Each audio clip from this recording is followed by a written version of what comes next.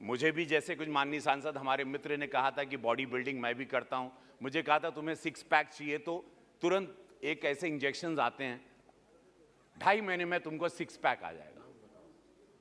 सो 2.5 महीने में 6 पैक आते हैं और उसकी कीमत बहुत है।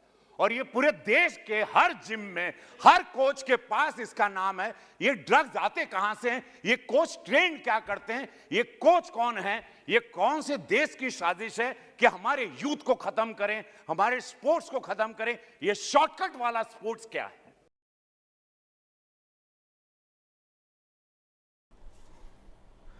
अभी रिसेंटली ही पार्लियामेंट में national anti doping bill pass हुआ है और उसको लेकर के बहुत कंफ्यूजन है लोगों के मन में और थोड़ा सा डर भी है एनहांस्ड बॉडी बिल्डिंग कम्युनिटी में कि कहीं ये बॉडी बिल्डिंग का अंत तो नहीं है। तो आज हम इस बिल के कुछ एस्पेक्ट्स को देखेंगे और थोड़ा सा समझेंगे।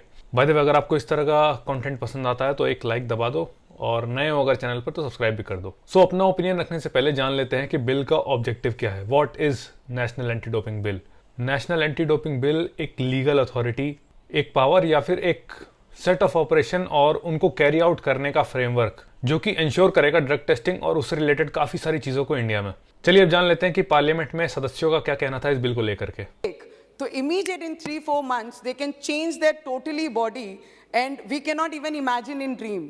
तो इससे बहुत बढ़िया चांस होगा, जो ओरिजिनल टैलेंट होगा उसको ग्राउंड पे खेलना और देश के लिए चीटिंग करके नहीं, ईमानदारी से मेडल लाने का जो सबसे बड़ा सोर्स रहेगा, इससे वो खिलाड़ी ला सकते हैं और खेल सकते हैं। तो कई सारे मेरे बॉडी बिल्डर भाई ये कह रहे हैं कि चीटिंग तो तब होगी ना जब बाकी सब क्लीन है और हम एक आध लोग सामान लेकर के आ रहे हैं। Because main stream body building एक ऐसा स्पोर्ट है जहां पर अभी तक कोई रेगुलेशन ना होने के कारण ये स्पोर्ट की डिमांड बन चुकी है एनाबॉलिक्स, और इसीलिए उन एथलीट्स के बीच में नेचुरल बंदे का खड़े होने का कोई चांस ही नहीं बनता। चढ़ भी गए अगर उनके बीच तो गायब हो जाना है जी। इसीलिए in the main stream sport of body building anabolics use करने को हम चीटिंग नहीं कह सकते, क्योंकि all over the world over the years ये स्पोर्ट ऐसा ही रहा है और मैं इस बात से पूरी तरह सहमत हूं। बट अगर हम अपने स्पेक्ट्रम को थोड़ा सा बड़ा करके देखेंगे, थोड़ा सा ऊपर उठ के देखेंगे और अगर अपने दृष्टिकोण को सिर्फ बॉडी बिल्डिंग तक सीमित नहीं रखेंगे तो देखेंगे कि एक्चुअली में ये चीज अच्छी है जो हो रही है। जैसे कि बाकी के sports other than body building जहां पर डोप करने वालों को, ड्रग लेने वालों को एक्चुअल में एडवांटेज मिलता है, उनके लिए तो ये अच्छा ही है ना। But I know body building के केस में ये कहना बढ़िया चांस होगा, जो ओरिजिनल टैलेंट होगा उसको ग्राउंड पे खेलना और देश के लिए चीटिंग करके नहीं, ईमानदारी से मेडल लाने का जो सबसे बड़ा सोर्स रहेगा, इससे वो खिलाड़ी ला सकते हैं और खेल सकते हैं। थोड़ा फिट नहीं बैठता है। अब ये लोग आगे क्या करेंगे या इनका क्या एक्शन होगा कॉम्पिटिटिव बॉडी बिल्डिंग को लेकर के, देखिए मुझे तो ये नहीं पता और इनफैक्ट अभी किसी को नहीं पता कि क्या करेंगे इस स्पोर्ट का। बहुत सारी बातें उठ रही हैं सोशल मीडिया में कि इसके बिल के आने से जो लोकल शोज होते थे बॉडी बिल्डिंग के अब वो बंद हो जाएंगे बिल्कुल। Let's see. अभी एक और बात यहाँ पर निकल रही है कि जो एनहांस्ड एथलीट्स हैं या जो जिम ओनर्स हैं, जो सप्लायर्स हैं, उन पर डायरेक्ट एक्शन ना लेकर के सरकारी ऑफिशियल्स उनको परेशान करेंगे, एज इन पैसा लाओ, हफ्ता लाओ हफ्ता। अब ऐसा ज़रूरी नहीं है ऐसा हो, बट एक रफ आइडिया मैं लगा पा रहा हूँ कि ऐसा हो सकता है। अब मेरे हिसाब से तो यार ये नहीं होना चाहिए। अगर कोई एनहांस्ड है भी तो क्या, एक तरीका होता है एक्ट करने का, एक्शन लेना है तो एक तरीके से लो। ऐसे रेगुलर इंटरवल पर आपको किसी को परेशान नहीं करना चाहिए। एंड आई होप सो कि अथॉरिटीज़ जो हैं वो डायरेक्टली बैन करेंगी सर्टेन सब्सटेंसेस को जो कि एक्चुअली में हार्मफुल हैं, जिनके कारण एक्चुअली में एडिक्शन हो रहा है और डेथ हो रही है, और साथ ही साथ रेगुलेशन भी लाएंगे ड्रग्स को लेकर के। अब रेगुलेशन से मेरा क्या तात्पर्य है, देखिए, action plan with respect to the drugs present in market या कंपाउंड्स प्रेजेंट इन मार्केट। आसान शब्दों में कहूँ तो अंडरग्राउंड लैब्स पर कार्रवाई, और तो और इन सारी चीज़ों को लेकर के अवेयरनेस। और अवेयरनेस सिर्फ सोशल मीडिया से नहीं आती बल्कि ग्राउंड लेवल पर खुद उतर के बात करने से आती है। एंड आई बिलीव कि ये काम गवर्नमेंट का है और उनसे अच्छा इस काम को कोई कर भी नहीं सकता। पार्लियामेंट के अंदर अवेयरनेस को लेकर के अनुराग ठाकुर जी ने बात करी थी। नेशनल एंटी डोपिंग एजेंसी के द्वारा लगभग 100 एंटी डोपिंग एजुकेशन और अवेयरनेस वर्कशॉप्स हाइब्रिड फॉर्म में देश भर में एक साल के अंदर की गई, जो आज तक की शायद सबसे ज़्यादा है। और मैं विश्वास दिलाता हूँ एथलीट्स और एथलीट्स के सपोर्ट पर्सनल जो हैं, इनको अवेयरनेस का कैंपेन भी चलेगा। शिक्षा मंत्रालय के साथ हम प्रयास करेंगे कि राज्यों में भी और देश में भी उनके साथ अपनी बात को साझा करके बच्चों से, विद्यार्थियों से लेकर खिलाड़ियों तक जागरूकता हम टेक्नोलॉजी का उपयोग करके भी और खेल के टूर्नामेंट्स के समय भी उनको जागरूक करने का काम करेंगे, ताकि खिलाड़ी ऐसे किसी भी चीज़ का सेवन ना करें जिससे उसके ऊपर कोई प्रश्न चिन्ह खड़ा हो। इस स्टेप से देखिए नेचुरल बॉडी बिल्डिंग को बूस्ट तो मिलेगा, बट लोगों को भी समझना पड़ेगा कि इतने सालों से जो देखने वालों की महत्वाकांक्षाओं के कारण ये लार्जर देन लाइफ वाली इमेज सेट हो गई ना दिमाग में, एक मैसिव, भयंकर, हार्ड, बड़ी फिजिक का जो स्टैंडर्ड हम लोगों के सेट हो गया है, उससे बाहर आना पड़ेगा। जब तक हम अपने माइंडसेट को सही नहीं कर पाएंगे तब तक बॉडी बिल्डिंग साफ नहीं हो पाएगी। और ये माइंडसेट एथलीट्स से ज़्यादा पब्लिक को, यानी कि हम सभी को चेंज करने की ज़रूरत है। देखिए, साफ सीधी स्पष्ट सी बात कि जहाँ डिमांड वहाँ सप्लाई।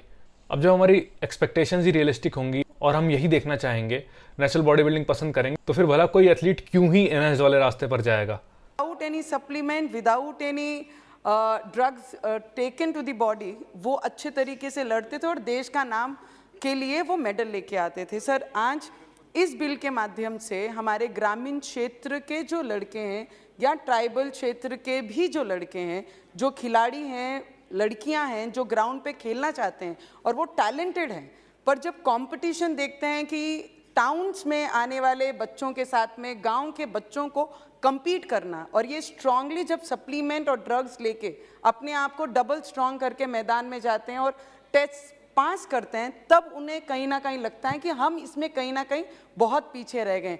नवनीत रवि जी ने यहाँ पर कहा performance enhancing supplements. I believe कि वो यहाँ पर ड्रग्स की बात कर रही हैं, बट अगर ये यहाँ पर डाइटरी सप्लीमेंट्स की बात कर रही हैं, then this is not good news. ये अच्छी बात नहीं है। देखिए, डाइटरी सप्लीमेंट्स को लेना गलत बात नहीं होता, वो फूड से ही बनते हैं। अगर आप अपने न्यूट्रिशन की रिक्वायरमेंट केवल डाइट से कंप्लीट नहीं कर पा रहे हैं तो बाहर से सप्लीमेंट लेने में कोई प्रॉब्लम नहीं है। लेकिन इसके साथ साथ हमें अपनी क्षमता को भी बढ़ाना है, कानूनी दर्जा भी इसको प्राप्त करना है। तो ये जो बात कही कि फोकस होगा जो नाडा है, नेशनल एंटी डोपिंग एजेंसी, उसकी एफिशिएंसी को बढ़ाने पर, दिस इज़ कमेंडेबल। और एनडीटीएल भी, क्योंकि काफ़ी टाइम से सस्पेंड चल रही थी, and that was the reason, जो एक्सट्रीम टेस्टिंग थी उसको यहाँ पर परफॉर्म नहीं किया जा रहा था, सैंपल्स को लेकर के फॉरेन कंट्रीज़ में भेजा जा रहा था। और जो एनडीटीएल के सस्पेंशन की बात यहाँ पर की गई, आपने बिल्कुल ठीक कहा, इसकी सस्पेंशन हुई थी, उसके कई कारण थे, लेकिन हर संभव प्रयास किए गए और इसकी सस्पेंशन को भी रिवोक करने का काम पिछले वर्ष कर दिया गया है। अब एनडीटीएल वापस काम कर रही है, और जब तक ये सस्पेंड थी तब तक हमें यहाँ से एथलीट के सैंपल्स को भी बेल्जियम यानी कि दूसरे देश भेजना पड़ता था। भेजने का खर्चा भी, टेस्टिंग का खर्चा भी 3 गुना से ज़्यादा आता था। अब हमारी अपनी क्षमता भी इतनी है कि हम अपने एथलीट्स का भी कर सकते हैं, और जो अंतर्राष्ट्रीय एथलीट्स का भी आपने टेस्टिंग करने की बात कही, उस पर कहीं पर कोई प्रतिबंध नहीं है। भारत वो भी कर सकता है, ये भी अधिकार यहाँ पर होंगे। और उसकी क्षमता भी काफ़ी बढ़ गई है, यानी कि एक साथ कई सारी टेस्टिंग्स हो सकती हैं, प्लस दूसरे देशों की टेस्टिंग के लिए भी अब इंडिया रेडी हो जाएगा। मल्टीपल लैब सेटअप की जा रही हैं और एक काफ़ी बड़ी इन्वेस्टमेंट हो रही है इन सब चीज़ों में, which is a good thing. क्योंकि एक बिल्डिंग और टेस्टिंग लेबोरेटरी बनाने में लगभग 70 से 100 करोड़ रुपए तक का खर्चा आता है। लेकिन पैसे की बात नहीं, ये हमें सुविधाएं भी देनी है और अपनी क्षमता को भी बढ़ाना है। इसमें भारत की सरकार कहीं पीछे नहीं रहेगी, इसका बात विश्वास में आपको पूरी तरह से बताना है। सबसे अच्छी बात यह भी है कि अलॉन्ग विद दी एथलीट्स, जो सपोर्ट पर्सनल्स हैं, कुछ भी गड़बड़ होने पर वो भी अकाउंटेबल होंगे, क्योंकि कई बार एथलीट को अंधेरे में रख के काम हो जाते हैं, एथलीट को धोखा दे दिया जाता है या फिर उनको बहला फुसला दिया जाता है इनटू परफॉर्मेंस एनहांसिंग ड्रग्स। एक मॉनिटरिंग बॉडी का भी संगठन हो रहा है to take care of all these things. This is also very good. New substances are being developed. Now today you have a particular bill mentioning particular substances, but by the time new substances are developed, how do we keep pace with these changing techniques?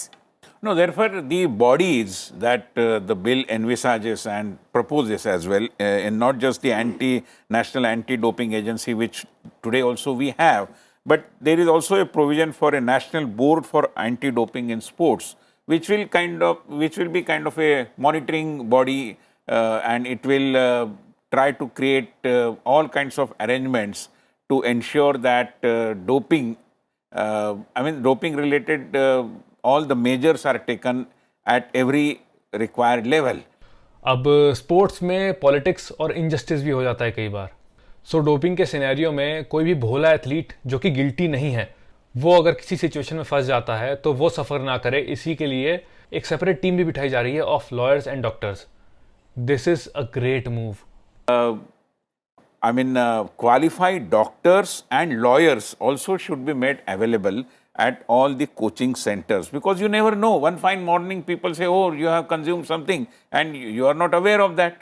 So the doctor will have to be there to assist you to plead your case, and also the advocate.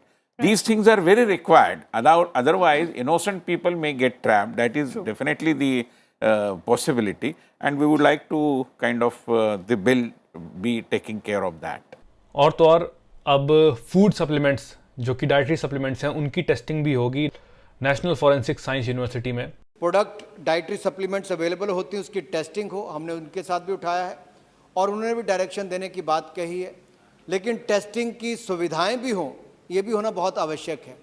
इसीलिए हमने जो national forensic science university है उसको लेकर भी MOU sign किया है, ताकि वो एक टेस्टिंग लैब न्यूट्रिशनल सप्लीमेंट्स के लिए अपने यहाँ पर बना सकें।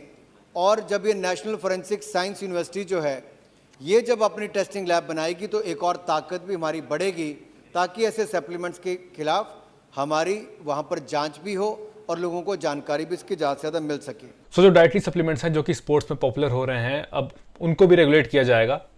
एंड आई होप जो ब्रांड्स चीट कर रहे हैं लाइक बिग चसल, ये उन्हीं के लिए है।